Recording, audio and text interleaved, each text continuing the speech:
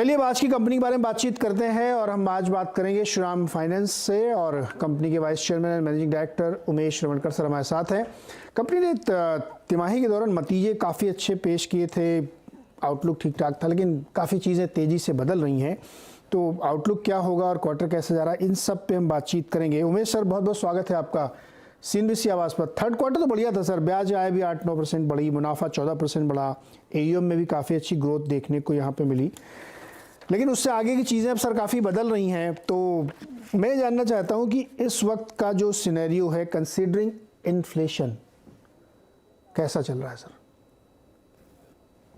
देखिए overall credit demand तो ठीक ही है, मुझे ज्यादा फर्क नहीं दिख रहा है क्योंकि ठीक है थोड़ा numbers on because of inflation consumer spend कम होने का एक अंदाज है, फिर भी credit demand both urban and rural अच्छे लग रहा है।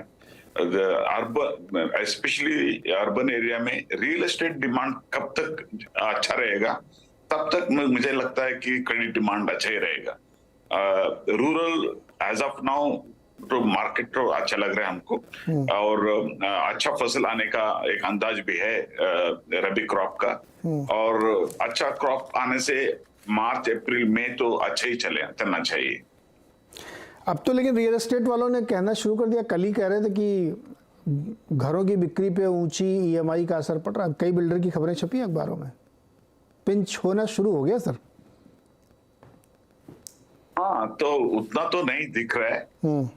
अखबार में एक चीज आते ही थोड़ा लोग उसके ऊपर ज्यादा नजर जाते हैं, फिर भी तो सर ये बताइए, अच्छा चलिए खैर इस समय आप कह रहे हैं कि नहीं है, और आगे की तस्वीर पे मुझे थोड़ी क्लैरिटी और चाहिए। जैसे बहुत कुछ डिपेंड करेगा कि मानसून कैसा रहता है, बड़ा एक ट्रिगर है।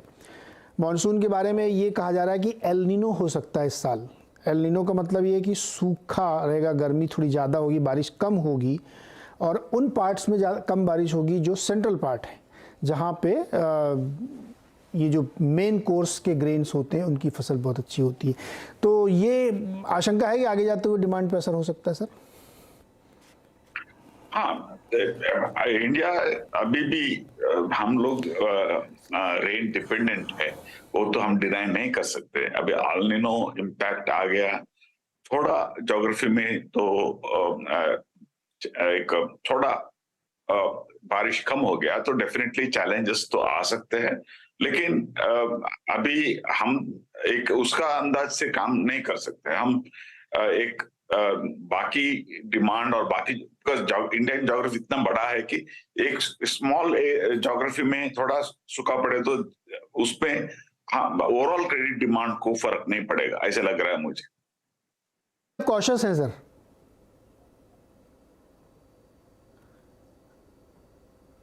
उमेश सर, मतलब फिर भी एक कॉशियस अप्रोच है, सावधानी है दिमाग में। मतलब ये मैं इसलिए कह रहा हूँ सर बार बार सवाल, क्योंकि रियल पिक्चर हमको समझनी है आपसे, क्योंकि आपसे ज़्यादा पल्स किसी के पास होती नहीं है। कमर्शियल व्हीकल फाइनेंसिंग का जो सेक्टर होता है ना, वो बताता है कि चक्र पहिया चल रहा है कि नहीं चल रहा है। तो पहिया तेज़ी से चल रहा है, पहिया स्लो हो रहा है, या इसमें क्या है, मतलब कॉशियस लेवल क्या है?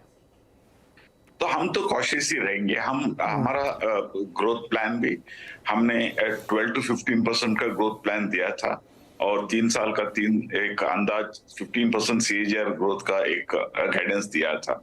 और हमारा प्लान ऑलवेज कंजर्वेटिव रहता है, और ज्यादा ग्रोथ में हम ज्यादा फोकस नहीं करते। हम कस्टमर को कैसे हम सर्विस अच्छा दे सकते हैं और एडिशनल प्रोडक्ट हम क्या दे सकते हैं कस्टमर को, कस्टमर सर्विस कैसे इंप्रूव कर सकते हैं, उनका प्रॉफिटेबिलिटी कैसे बढ़ा सकते हैं, उसके ऊपर ध्यान हम ज्यादा देते हैं, ग्रोथ पर नहीं।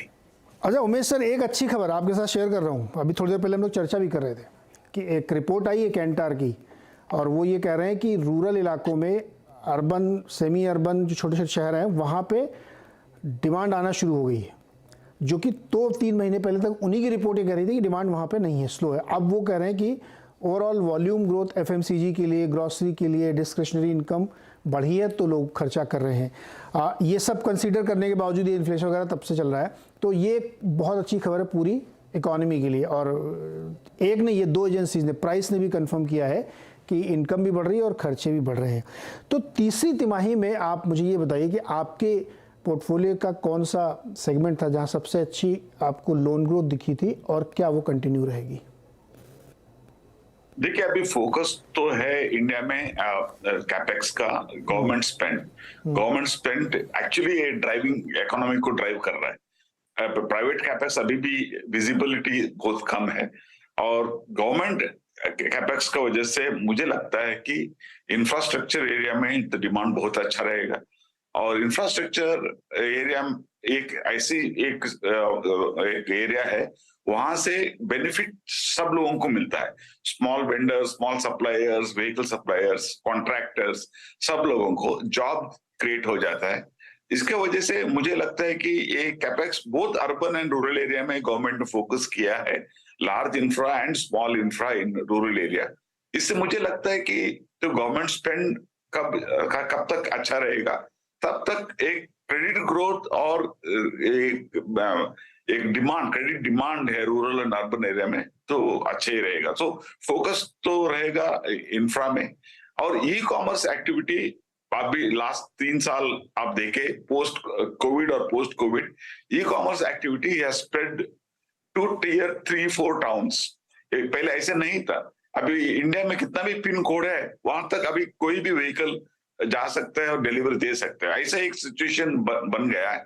इसके वजह से डेफिनेटली कंजम्पशन तो अच्छा ही रहेगा और डिमांड भी, सप्लाई भी हो सकता है कि अच्छा ही रहेगा। तो मुझे लगता है कि ये इन्फ्लेशन थोड़ा हम बाजू में रखे तो overall e commerce and the infra, इसका वजह से इवन एसएमई को बेनिफिट अच्छा रहेगा, क्योंकि एसएमई उनका मार्केट बहुत छोटा था, उनको प्लेटफॉर्म नहीं मिल रहा था, क्रेडिट नहीं मिल रहा था। अभी सब कुछ मिल रहा है क्योंकि ई कॉमर्स है। It is not just Amazon और फ्लिपकार्ट नहीं है, बहुत सारा छोटा प्लेटफॉर्म है। वहां पे अभी एसएमई लोग, एसएमई बिजनेस आके वहां से ट्रेडिंग कर रहा है, ट्रेडिंग बिजनेस कर रहा है। तो मुझे लगता है कि इवन एसएमई बिजनेस के लिए ये अच्छा रहेगा। सर, आपकी टू व्हीलर ग्रोथ बहुत ही एक्सपोनेंशियल थी, 18% की ग्रोथ थी क्वार्टर ऑन क्वार्टर, कंटिन्यू करेगी ये? मुझे लगता है कि कॉन्फिडेंट है हम मेंटेन कर पाएंगे। और फार्म इक्विपमेंट का ग्रोथ सबसे कम था, इसमें इंप्रूवमेंट होगा? सुना नहीं। फार्म इक्विपमेंट, कृषि के जो, जी, फार्म इक्विपमेंट में हमारा फोकस ज्यादा यूज्ड फार्म इक्विपमेंट ज्यादा है, इसलिए टिकट साइज बड़ा नहीं, लेकिन एक्चुअली नंबर ऑफ फाइनेंसिंग तो बढ़ गया है। तो मुझे लगता है कि अभी ये एक क्रॉप आने के बाद एक बार एक फार्मर के पास ज्यादा एक पैसा आ रहा है, तो ऑटोमेटिकली उनका इन्वेस्टमेंट भी बढ़ेगा फार्म इक्विपमेंट में। सो अभी मुझे लगता है कि farm equipment growth, we should be having double digit growth next year.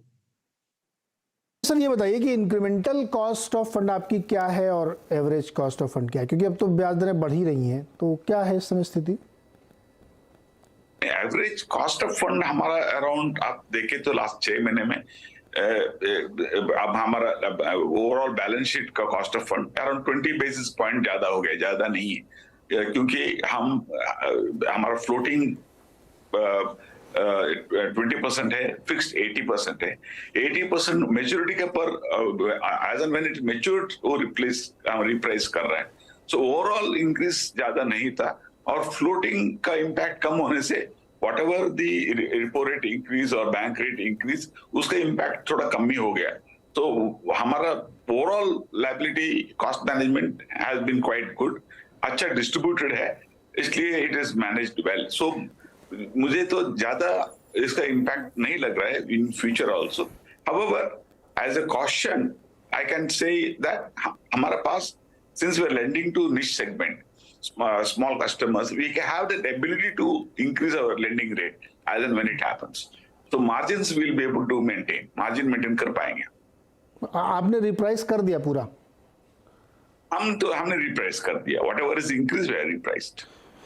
Okay, reprice पूरा कर दिया है, ये अच्छी बात है। और कई सेगमेंट में है जहाँ पे ग्रोथ अच्छी दिख रही है। उमेश सर, बहुत बहुत शुक्रिया हमारे साथ जुड़ने के लिए और एक बिग पिक्चर हमें समझाने के लिए, जिससे हमें अंदाज़ा लगेगा कि Q4 में नतीजे आपके कैसे हो सकते हैं। बहुत बहुत शुक्रिया सर हमारे साथ जुड़ने के लिए। Thank you.